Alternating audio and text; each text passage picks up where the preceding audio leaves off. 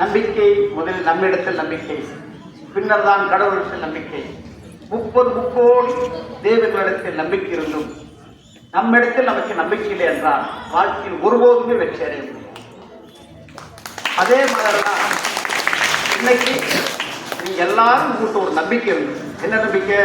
இன்னைக்கு ஸ்கூலுக்கு போவோம், இன்னைக்கு குடியரசு தின கொண்டாடுவோம் அப்படின்னு ஒரு நம்பிக்கை. அதே மாதிரி நாளைக்கு நமக்கு ஸ்கூல் இருக்குது அப்படின்னு ஒரு நம்பிக்கை இருக்கு. அதனால நமக்கு வாழ்க்கையில முதல்ல நமக்கு என்ன தேவை? நம்பிக்கை.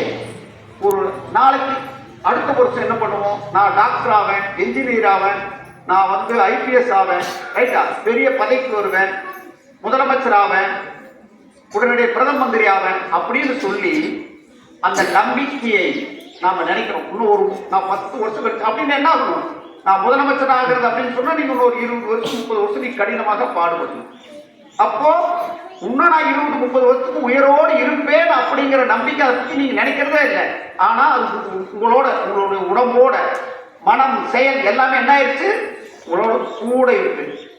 அதனாலதான் இந்த நம்பிக்கை நமக்கு ரொம்ப முக்கியம்.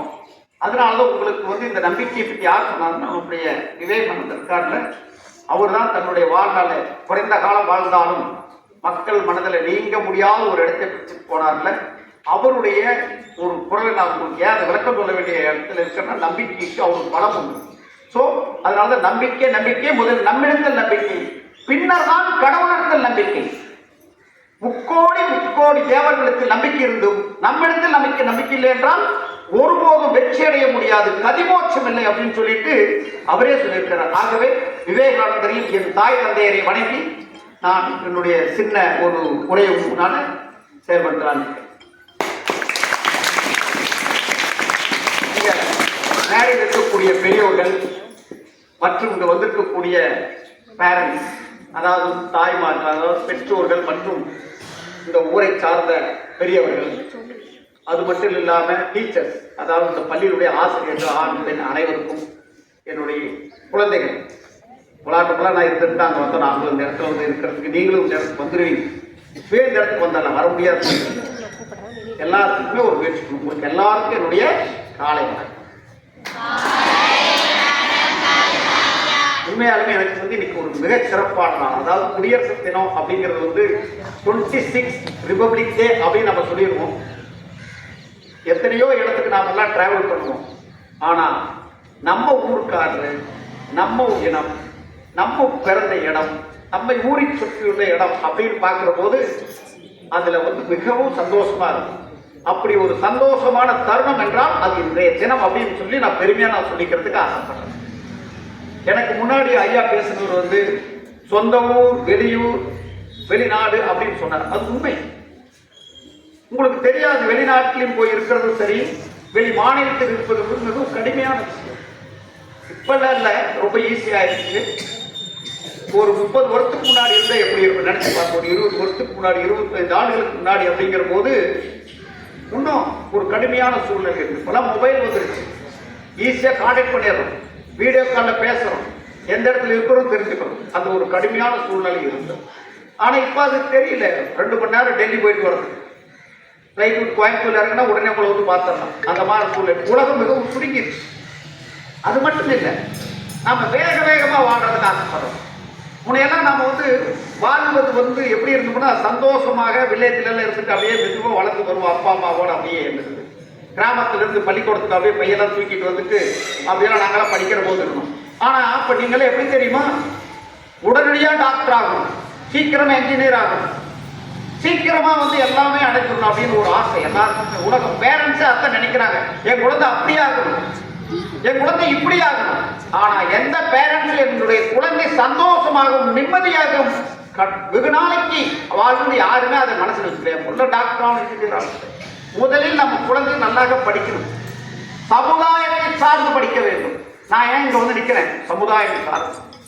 இன்னைக்கு டெல்லியில போய் உச்ச நீதிமன்றத்தில் வழக்கறிஞராக இருந்து என்னை பெருமை சொன்னாங்க. அந்த இடத்துக்கு வரதுக்கு ஒரு சிரமமான விஷயம். அது என்னுடைய நான் சாதாரண குடும்பத்தை பிறந்தவன், பெரிய ஒண்ணு இல்லை. நானும் ஒரு எலிமெண்டரி ஸ்கூல் இது மாதிரி ஸ்கூல்ல படிச்சுப்பேன்.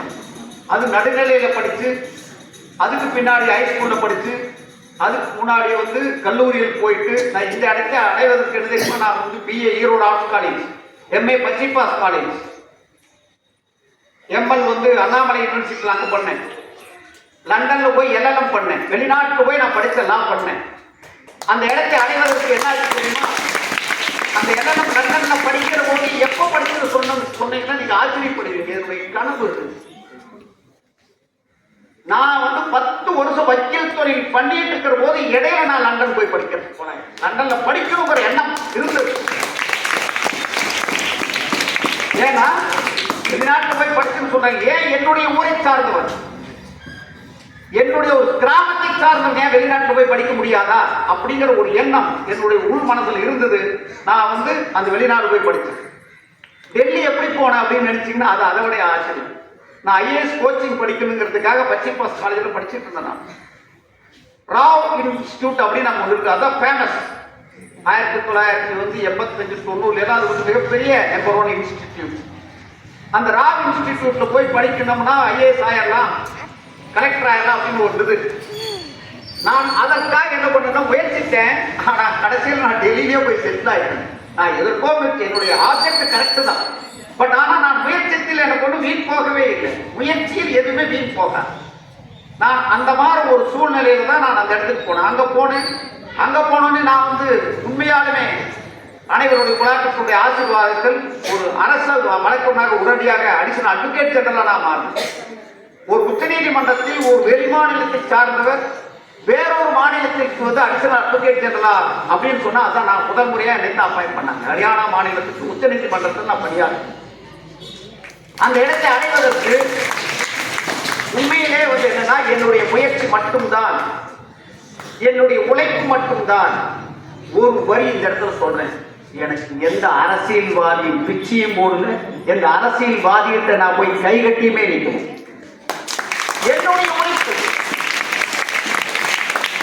ஆனா எனக்கு உதவி செய்வதற்கு எப்படி செஞ்சாங்க தெரியுமா, நான் செய்த வேலைக்காக நான் எதிர்பார்க்காத வேலையை என்னை முதலமைச்சர் அவர்கள் ஒருத்தர் கூப்பிட்டு வக்கீல் உங்களுக்கு நான் செய்யறேன் பாரதண்டி அப்படின்னு சொல்லி ஒரு வெளிமாநிலத்தை சார்ந்த ஒரு முதலமைச்சர் செஞ்ச அப்படின்னா பார்த்துங்க.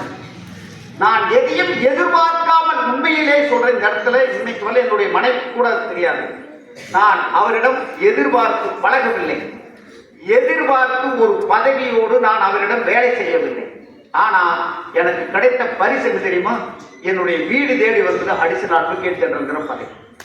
உங்களுக்கு என்ன சொல்ல வர அப்படின்னு சொன்னா, என்ன நினைக்கணும்னு நினைக்கிறீங்களோ அதை செய்யறதுக்கு முயற்சி பண்ணு. கடுமையாக உழைக்க கற்றுக்கொண்டு கடுமையா வேலை கடுமையாக சும்மா எல்லாரும் போயிட்டு அப்படியே புத்தகத்தையே படிச்சுட்டு கூடாது. அப்படியெல்லாம் படிக்கவே கூடாது. விளையாடணும், ஜாலியாக அப்பா அம்மாவோட விளையாடணும், ஃப்ரெண்ட்ஸோட விளையாடணும். படிக்கக்கூடிய நேரத்தில் படிப்பை மட்டும் கவனத்தில் கொண்டு, அம்மாட்டு இருக்கிற மொபைலை அப்பாட்டு இருக்கிற மொபைலை திருடிட்டு வந்து பார்க்கக்கூடாது, தெரியாததெல்லாம் பார்த்துட்டே இருக்கக்கூடாது. அதை விட்டுட்டு ஏன்னா 2 மணி நேரம் படிச்சுங்கன்னா 2 hours ஏன்னா என்ன சொல்லி தராங்களோ கிளாஸ்ல கவனிச்சிட்டிங்கன்னா ஒன்றும் போய் படிக்கவே வேண்டியதில்லை. அதுவும் வந்து அரசு கல்லூரியில் படிப்பதை பெருமையாக கருதி படிங்க. உண்மையாக சொல்றேன், அரசு கல்லூரியில் படித்தீர்கள் என்றால் உங்களுக்கு நல்ல எதிர்காலம் இருக்கிறது. Doctor engineer